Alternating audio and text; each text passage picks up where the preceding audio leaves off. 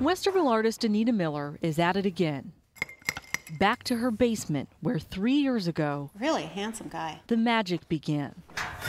Inspired by a dream, Anita painted life-size portraits of the 23 fallen Lima Company Marines. A vision she called the Lima Company Memorial. It's since toured the state and country. I still get overwhelmed with that sense of sacrifice.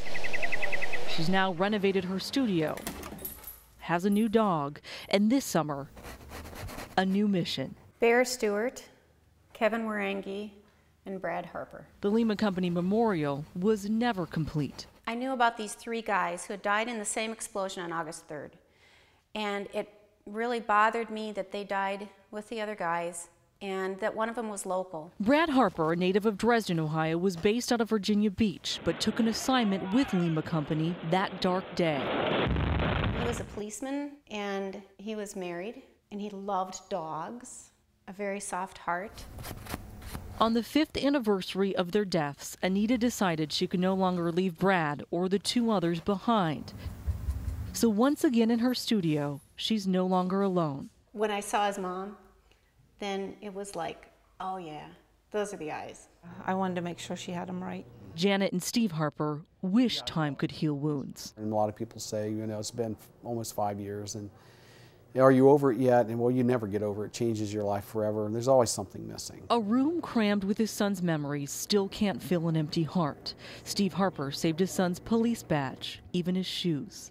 His cell phone, his hats, his belts, his special toboggan, his cups. See, a father of the fallen's greatest fear is that he may forget. Yeah, all the details in his life. And even looking today at some of the pictures when he was younger, it's like, oh, I almost forgot that. This is one of the last pictures we had of him. The Harper's last living link is Jake, a dog Brad rescued from the shelter. He has a gift for Christmas just before he went to Iraq in March.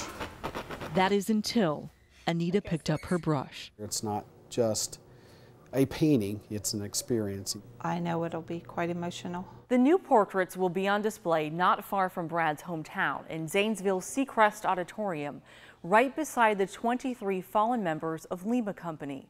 The hope is 5 years later, their faces won't be forgotten, and the now 26 men stand for so many more.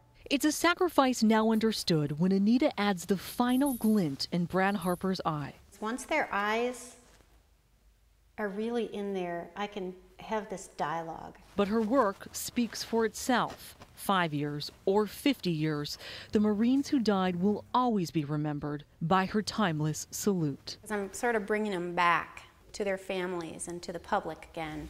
And so there's a joy there. It feels good. In Westerville, Lindsay Sievert, 10 TV News.